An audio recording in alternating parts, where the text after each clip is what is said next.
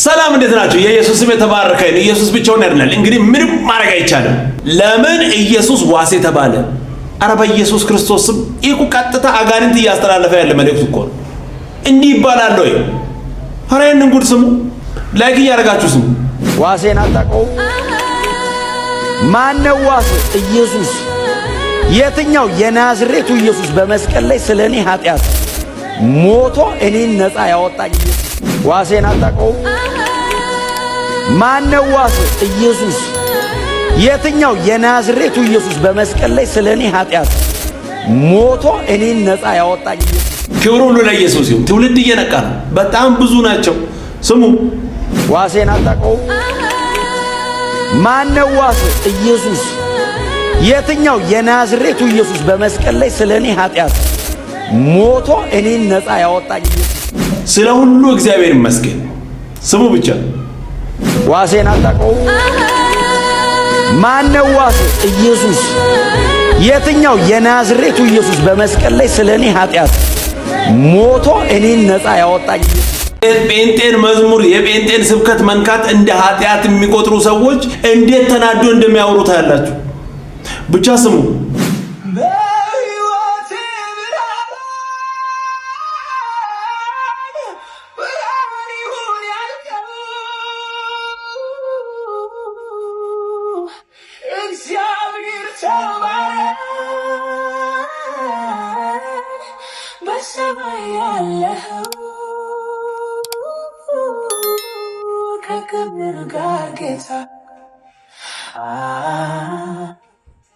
ይሄንን ያየ አንድ ወንድማችን እንዴት ተናዶ እያወራ እንደሆነ ስሙ። ዋሴን አጣቀው ማነው ዋሴ? ኢየሱስ። የትኛው? የናዝሬቱ ኢየሱስ በመስቀል ላይ ስለኔ ኃጢአት ሞቶ እኔን ነፃ ያወጣኝ ኢየሱስ። እስቲ አሜን በሏ። ከሰይጣን አይደለም እኮ የሚያድን፣ ከእግዚአብሔር ነው የሚያድን። እግዚአብሔር ነፃ ነህ ካለ ሰይጣን አሮርጦ ሊይዝ አይችልም። ሰይጣን የሚይዝ ከእግዚአብሔር ወደክ ቀን ነው። ደጅ ነው ጠብቆ የሚይዝ። ውስጥ ከቆምክ ማን ነው የሚይዝ? እንግዲህ የሰማችሁትን የፓስተር ጥላሁንን ንግግር ሰሞኑን ብዙ ሰው ከፎቶና ከቪዲዮ ጋር እያደረገ እንደ ትሬንድ ሲጠቀምበት ነበር። ምናልባት አሁን የምናገረው ንግግር የፕሮቴስታንት እምነት ተከታዮችን አይመለከትም። ምክንያቱም የእምነቱ ተከታዮች ትሬንድ አድርገው ቢጠቀሙበት መብታቸው ነው። ሰው የራሱን አስተሳሰብና ሃይማኖት መከተል መብት ስላለው። በጣም የገረመኝና እርማት ግን የሚያስፈልገው የኛው ኦርቶዶክስ ተዋህዶ ቤተክርስቲያን ልጆች የሆናችሁ ይሄንን ጉዳይ ወይም ይሄንን ድምጽ ተጠቅማችሁ ጭራሽ እንደ ባክግራውንድ የተጠቀማችሁት ምስልና ድምጽ ከገዳም ተሳልማችሁ ስትወጡ መቋሚያ ይዛችሁ ነጠላ ጣፍታችሁና ጭራሽ ማይተባችሁ እየታየ ጅምር ይሄን ስትጠቀሙት ነበር። ከታች እንደምትመለከቱት ማአት ወንድምናቶች ሰርተውበታል። አንዳንዱ ነጠላ እየለበሰ አንዳንዱ ከገዳም እየወጣ እና ደግሞ የተሰራበት መንገድ ትንሽ ይረብሻል። ሰው እንዴት ነው ነጠላ አድርጎ የአንድን የፕሮቴስታንት ትምህርት ድምጽ ባክግራውንድ አድርጎ የሚጠቀመው? በቃ ቤተክርስቲያንን አላወቅናትም ወይ? እባካችሁ ወንድምቶች ገርላችሁ። ይሄ ጭፍን ጥላቻ ነው እንጂ ምንም እንዲህ እንዲያወራ የሚያደርግ ነገር እኮ የለም። የናዝሬቱ ኢየሱስ ዋሴ ነው የሚለው ቃል ይሄን ያህል አናዶ የጴንጤ ነው ብራ፣ ይሄ እኮ ጥላቻ ነው። ሌላ ምንም የለም። እዚህ ጋር የሚጨመር የሚቀነስ ነገር የለም። ለጴንጤ ካለው ጥላቻ የተነሳ ነው እንጂ በዚህ ጉዳይ ላይ ምንም አስተያየት የሚያሰጠር ከገዳም እየወጣችሁ እግዚአብሔር የተመሰገነ ይሁን። ትውልድ እያወቀ ነው ኢየሱስን።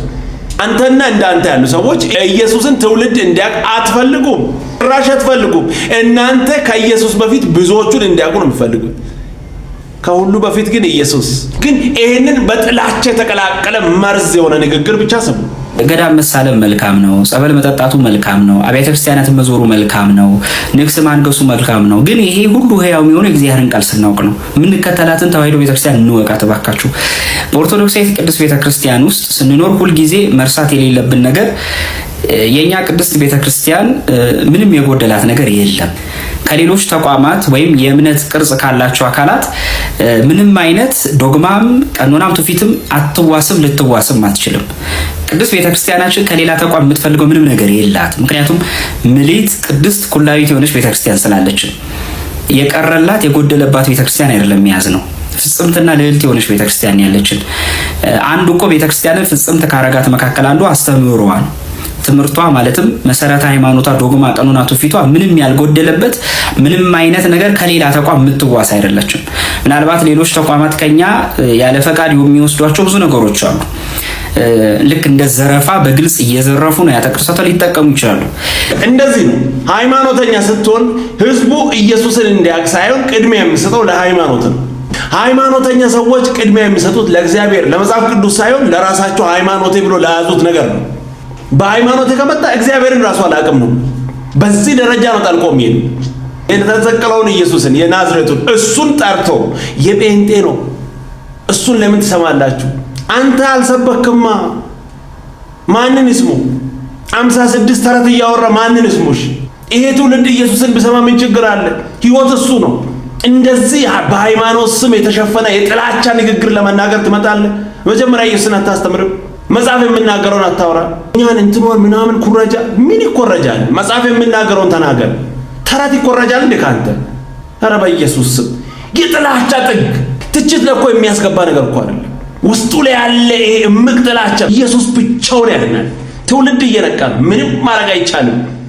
ይሄ ጥላቻ መንፈስ ካንተ ተኖ ይውጣ በኢየሱስ ስም። እንደዚህ በሃይማኖት ገመድ ውስጥ አትግቡ። ህይወት ኢየሱስ ነው። ዋሳችን ኢየሱስ ነው። ወደ እሱ ነው።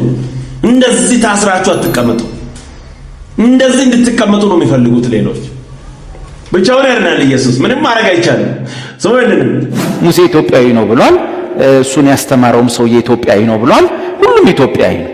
ኢየሱስ ራሱ ጣና ነው ያደገው። ማርያም ኢየሱስን የምታጥብበት ገላውን ድንጋይ ራሱ ጣና ባህር ጋር አለ። እነዚህ ሰዎች ይፈረድባቸዋል አይደለም ማለት ኦሬዲ በፍርድ ውስጥ ናቸው። እንደዚህ የሚዘባርቅ ሰው ወደፊት ይፈረድበታል አለንም። ስለተፈረደበት ነው የሚዘባርቀው። ስለ ኢየሱስ ማውራት በምትችልበት ነገር ተረት ስታወራ ኦሬዲ ፍርድ ውስጥ ነው ያለው። ኦሬዲ ተፈርዶብሃል። እድለቢስ ሆነሃል። በአጭር ዕድሜ በሌለች ዘመን ስለ እግዚአብሔር ልጅ ማውራት ሲገባው አፍ ተረት ስታወራ በፍርድ ውስጥ ነህ ያለው። ቅጣት ነው። አንድ ሰው በተሰጠው ዕድል ተረቶች ሲያወራ የሌለ ነገር ሲያወራ እየፈጠረ ሲያወራ ኢየሱስን እንዲናገር። ምክንያቱም ከሙታን ሲነሳ ጌታ ኢየሱስ ሐዋርያቱን ጠራ። ክርስቲያኖችን 120 የሚሆኑ ሰዎች ነበሩ በዛን ሰዓት። ያዘዘው አንድ ነገር ነው። ምን ብሎ? እስከ ዓለም ዳርቻ ሄዱ፣ ምስክሮቼ ትሆናላችሁ። መንፈስ ቅዱስ ይመጣል፣ ኃይልን ትቀበላላችሁ፣ ከዛ በኋላ ምስክሮቼ ትሆናላችሁ። ባጭሩ ምንድነው?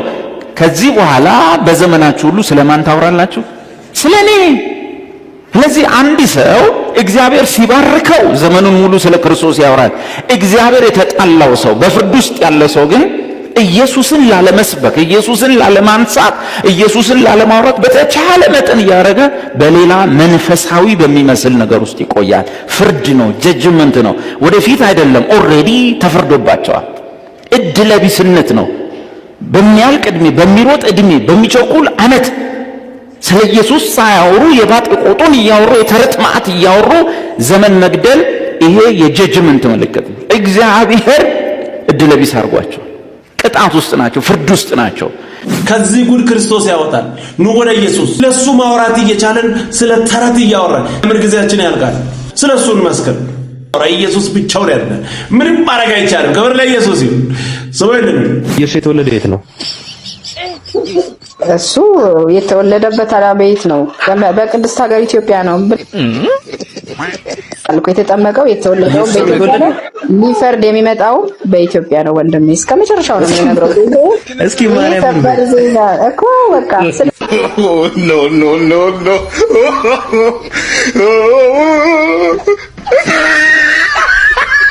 ኮሎ ዘሚካኤል አሁን እርሱ እስራኤል ተወለደስ በቤቱ ይቅርታ ምንም እኮ አስሜ ሆኖ እንኳን ቢሆን ዘሚካኤል እሰይ ይሁንልን ነው የሚባለው። አያስቅም እኮ ይሄ ለምን ያስቃል? ሰው እስራኤል ተወለደ ያልጠበቁት ስለሆነ ነው ጌታ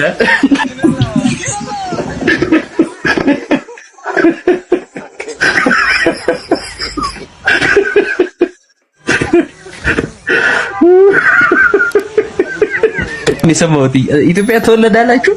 አላወራንም። እስካሁን የት እንደተወለደ አላወራንም። ሰምተውታል። እኛ ቅድስት ሀገር ኢትዮጵያ ተወለደ በጊዮን ተጠመቀ ብለን የጠየቅኩት ለምን መሰለሽ? ለመሰለሽ የጠየቅኩት አረጋ ደገመችው ጋድ ወይኔ እንደ አሁን እኮ እርሶ ምን አሉን መሰሎት? ክርስቶስ ራሱ ኢትዮጵያውያን የተወለደው ሁሉ ሲሉ ሰማን አይደል? አዎ እኛማ እኮ መሰከርንልዎት። ወላዲተ አምላክ ኢትዮጵያዊት ናት። እኛ ብቻ ማንሽ ተሟለ ቴክኖሎጂ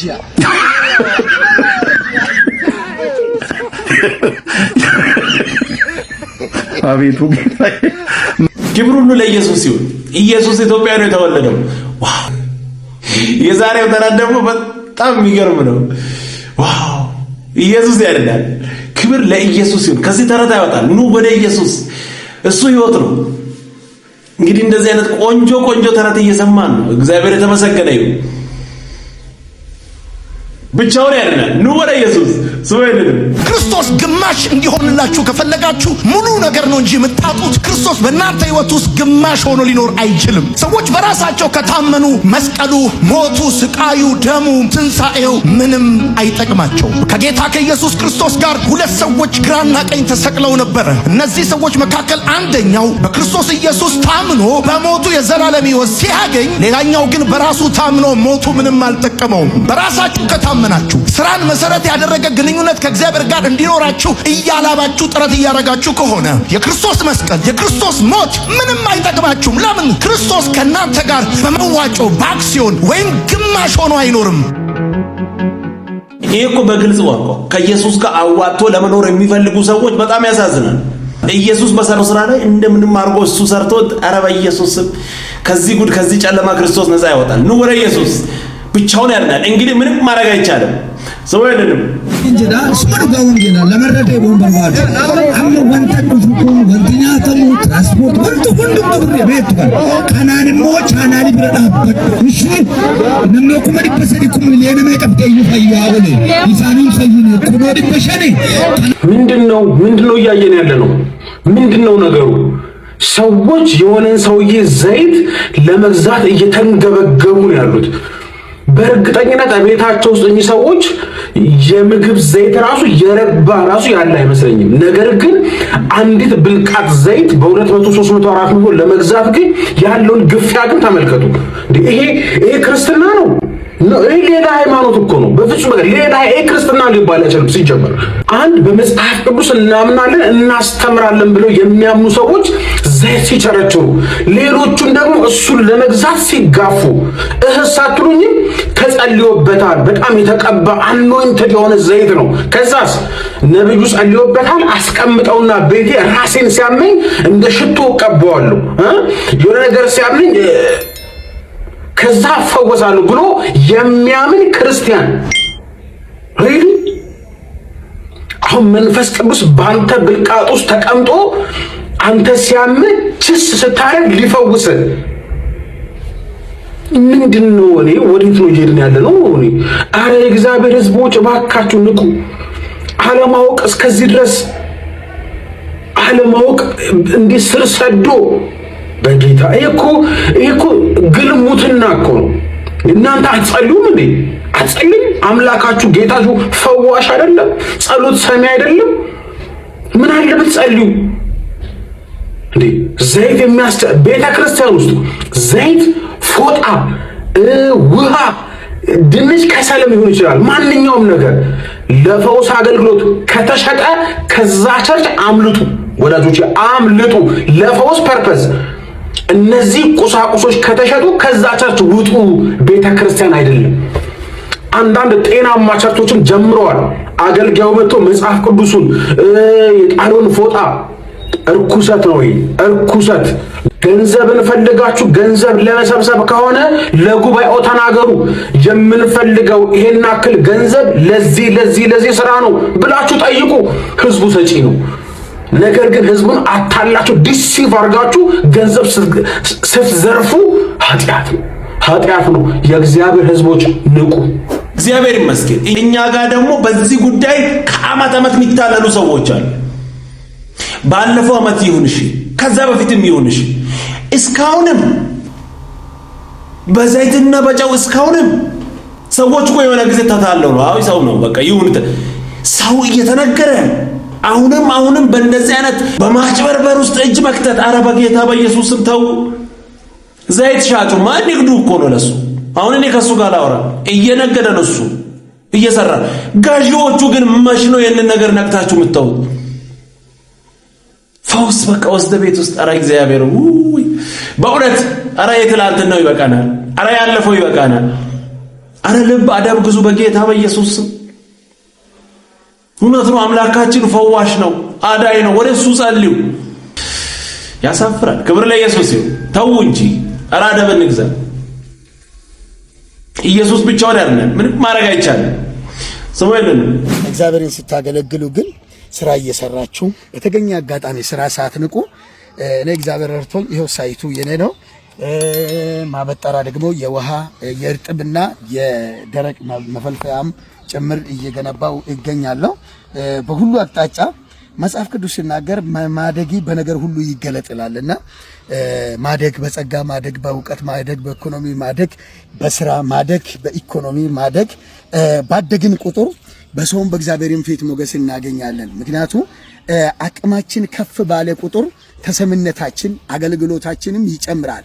ምክንያቱም ኮንፊደንስ ያሳጠናል ድህነት። ይህንን የድህነትን መንፈስ በኢየሱስ ስም ረገምኩላችሁ። እውነት እላችኋለሁ ፍጹም በዘሪ ላይ በቤትሽ በህይወትሽ ውስጥ ይሄ የድህነት ስፕሪት እኔ ዛሬ ሰበርኩ በኢየሱስ ስም። ለዘላለም የተሰበረ ይሁን። አሁን በጣም ብዙ ቡና እዚህ ቦታ ላይ እየገዛን ነው የምንገኘውና እያደረቅን ወደ መጋዘን እያስገባን ነው። በጣም ብዙና ከዚህም በኋላ የተሻለ ስራ ለመስራት አሁን በተለይ ዘንድሮ አሁን ለመጀመሪያ ጊዜ ነው የጀመርነውና በሚቀጥለው አመታት ደግሞ እጅግ በጣም ብዙ 100 ሚሊዮኖች ነው የምንገዛው። ቀጣይ ደግሞ በቢሊዮኖች እንደምንገዛና እንደምንዘጋጅ አልጠራጠርም። ጌታ እግዚአብሔር ይረዳናል። ግን ዞሮ ስራ ወዳጅ ሁኑ። ስራ መስራት ያስከብራል። ስራ መስራት አቅም ይሰጣል። ስራ መስራት በብዙ ነገር ይባርካልና ለስራ የተዘጋጀ መንፈስ ሊኖረን ይገባል። በተለይ ቅዱሳን ክርስቲያኖች በጌታ የሆነን ሰዎች ስራን ብንሰራ እጅግ በጣም ጥሩ ለግጀሪ መኪና መንዳት፣ ለግጀሪ ኑሮ፣ ለግጀሪ ይሄ በጣም አስተማሪና ቆንጆ ትምህርት ነው። እንዲህ እየሰራን እናገልግል። ስህተት እየሰሩ እንደሆነ ያውቃሉ እኮ ውስጣቸው እኮ ያውቃል። ነገር ግን ስራ ስላልሰሩ የግድ ያላቸው አማራጭ ነው አታለው እንደዚህ መውሰድ ነው። በጨው በውሃ በሆነ ነገር ውስጥ አታለው። በኢየሱስ ስም ተባረክ ወንድማችን። ክብር ለኢየሱስ ይሁን። ስራ እንስራ። ኢየሱስ ያድናል። ምንም ማድረግ አይቻልም። ክብር ለኢየሱስ ይሁን። ሰብስክራይብ፣ ሼር፣ ላይክ ማድረጋችሁን እንዳትረሱ። ቀጣይ በሌላ እንገናኛለን። እወዳችኋለሁ። ተባረኩ።